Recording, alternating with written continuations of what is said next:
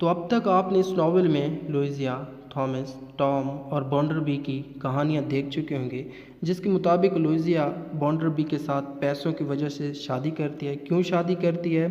تاکہ ایک تو دولت ملے اور دوسرا لوئزیا کے جو بھائی ہے ٹام، اس کا فیوچر اچھا بنے۔ ٹام اور لوئزیا کے باپ کی بات کریں تو یہ ایک ٹیچر تھا اور بعد میں ممبر آف پارلیمنٹ بنا۔ اس نے اپنے دونوں بچوں کو فیکٹس کی ایجوکیشن دے رکھی تھی۔ اس ناول کے پارٹ 2 کو سمجھنے کے لیے آپ کو اس لیکچر کو روک کر پارٹ 1 جو ڈسکرپشن میں ہوگا وہ لازمی دیکھیں، تاکہ آپ کو پارٹ 2 کی سمجھ آ جائے، کلیئر ہو جائے کہ پارٹ 2 میں کیا ہوگا۔ خیر، اب اس ناول کے چیپٹر 9 میں ہم دیکھتے ہیں کہ بونڈربی کی فیکٹری میں مزدوروں نے سٹرائک کی ہوئی ہے، ہڑتال کی ہوئی ہے۔ ایک قسم کی یونین بھی بن گئی ہے۔ سٹیفن اس یونین میں شامل نہیں ہوا۔ بونڈربی نے جب یہ دیکھا تو سٹیفن کو بلواتا ہے اور یونین کے بارے میں کچھ خاص پوچھتا ہے، مگر سٹیفن نے بتانے سے منع کر دیا۔ بونڈربی کو یہ بہت برا لگتا ہے اور اس نے سٹیفن کو پھر نوکری سے نکال دیا۔ سٹیفن کو دیکھا جائے تو یہ اپنے مزدور بھائیوں کے ساتھ دغا بازی، دھوکہ بازی نہیں کرنا چاہتا تھا، اسی لیے یہ کچھ بھی نہیں بتاتا۔ خیر، جب سٹیفن کو نکالا جا رہا تھا تو اس وقت ٹام اور لوئزیا بھی وہاں پہ موجود تھیں۔ ان دونوں بہن بھائیوں نے پیچھے سے بھاگ کر اس سٹیفن کی پیسوں کی شکل میں مدد کی اور کہا کہ ان پیسوں سے کچھ نیا کام کر لو سٹیفن۔ خیر، یہ پیسے سٹیفن لے لیتا ہے۔ تبھی ٹام جو ہے یہ سٹیفن کے کان میں کچھ کہتا ہے، جس کے مطابق ٹام نے سٹیفن کو کہا ہے کہ تم سٹیفن مجھے بینک کے سامنے ملنا۔ سٹیفن بینک کے پاس پہنچ جاتا ہے شام کو، مگر وہاں پر جاتے ہی پتہ چلتا ہے کہ بینک جو ہے وہ تو لٹ چکا ہے اور یہ وقت رات کا تھا اور اس بینک کے آس پاس سٹیفن کے علاوہ کوئی نہیں تھا۔ تو سٹیفن کا بینک کے سامنے آنا ایک چال تھی جو ٹام نے بینک لوٹ کر چلی تھی۔ اب اگلے چیپٹر میں ہم دیکھتے ہیں کہ بونڈربی گھر سے کہیں باہر چلا گیا ہے اور پیچھے سے لوئزیا گھر میں اکیلی ہے۔ تو اب کیا ہوا اگر یہ لوئزیا اکیلی ہے؟ ہونا کچھ نہیں ہے، مگر جیمز کو موقع مل گیا تھا۔ جو بات جیمز کے دل میں ہے وہ کہنے کے لیے لوئزیا کے پاس آتا ہے اور کہتا ہے کہ لوئزیا، میں اور تم یہاں سے بھاگ کر چلے جاتے ہیں۔ تو لوئزیا اس جیمز کو یہاں سے ابھی جانے کو کہتی ہے کہ ایسا نہ ہو کہ کوئی ہمیں باتیں کرتے ہوئے دیکھ لے، اور اسے کسی اور جگہ ملنے کو کہتی ہے۔ خیر، ان دونوں کی باتیں بونڈربی کے گھر میں رہنے والی ایک ویڈو سن لیتی ہے۔ آپ کو بتا دوں کہ یہ ویڈو، اس کا نام جو ہے وہ مسز سپرسٹ ہے، جو لوئزیا کی شادی کے بعد یہاں پر کم ہی نظر آتی ہے۔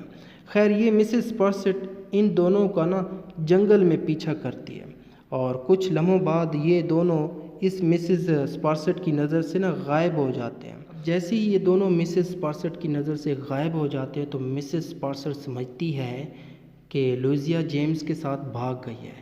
اب وقت آ گیا ہے کہ یہ سب مجھے بونڈربی کو بتانا چاہیے کہ لوئزیا بھاگ چکی ہے جیمز کے ساتھ، اور تاکہ بونڈربی لوئزیا کو گھر سے نکال دے۔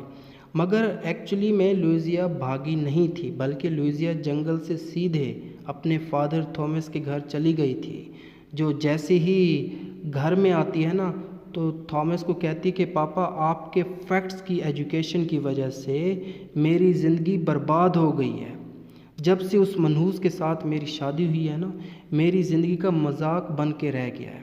خیر، جب تھامس اپنی بیٹی کا دکھ سنتا ہے تو یہ بھی دکھی ہو جاتا ہے اور اپنی غلطی کا اسے پچھتاوا رہتا ہے۔ یہ محسوس کرتا ہے کہ مجھ سے غلطی ہو گئی ہے، میں نے بچوں کو فیکٹس کی ایجوکیشن نہیں دینی چاہیے تھی، مجھے ان میں ایموشنز، فیلنگز کی جو ایجوکیشن ہے وہ ڈالنی چاہیے تھی۔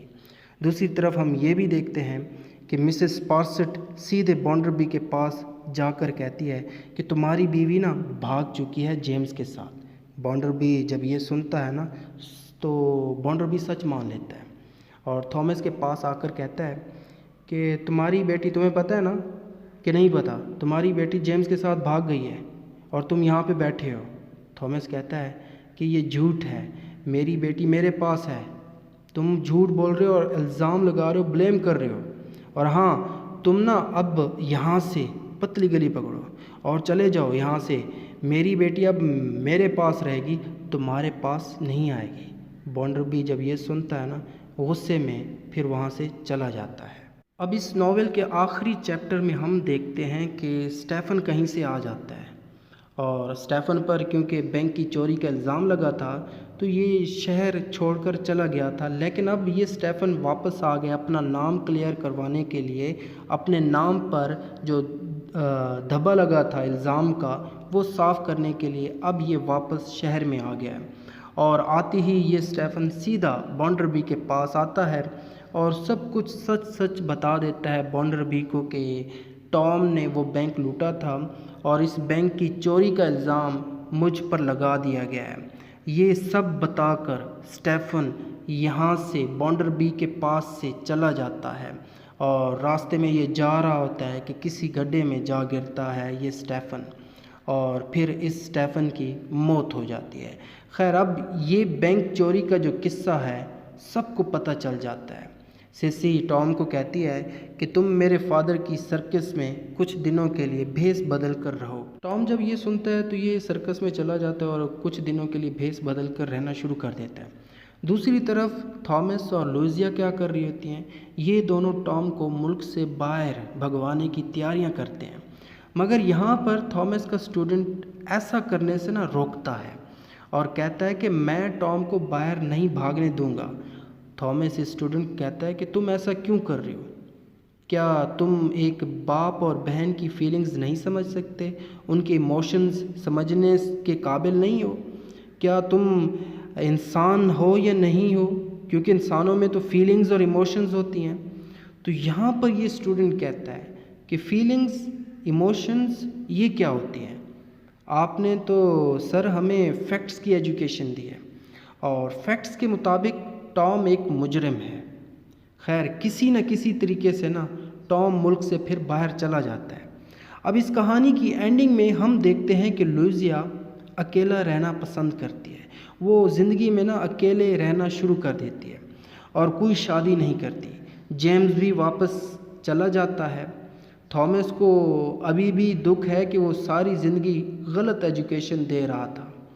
ٹام کی بات کریں تو یہ ملک سے باہر جب جاتا ہے تو وہیں پہ مر جاتا ہے۔ یہیں پر یہ سٹوری بھی ختم ہو جاتی ہے۔ امید کرتا ہوں یہ ساری کہانی آپ کو سمجھ آ گئی ہے۔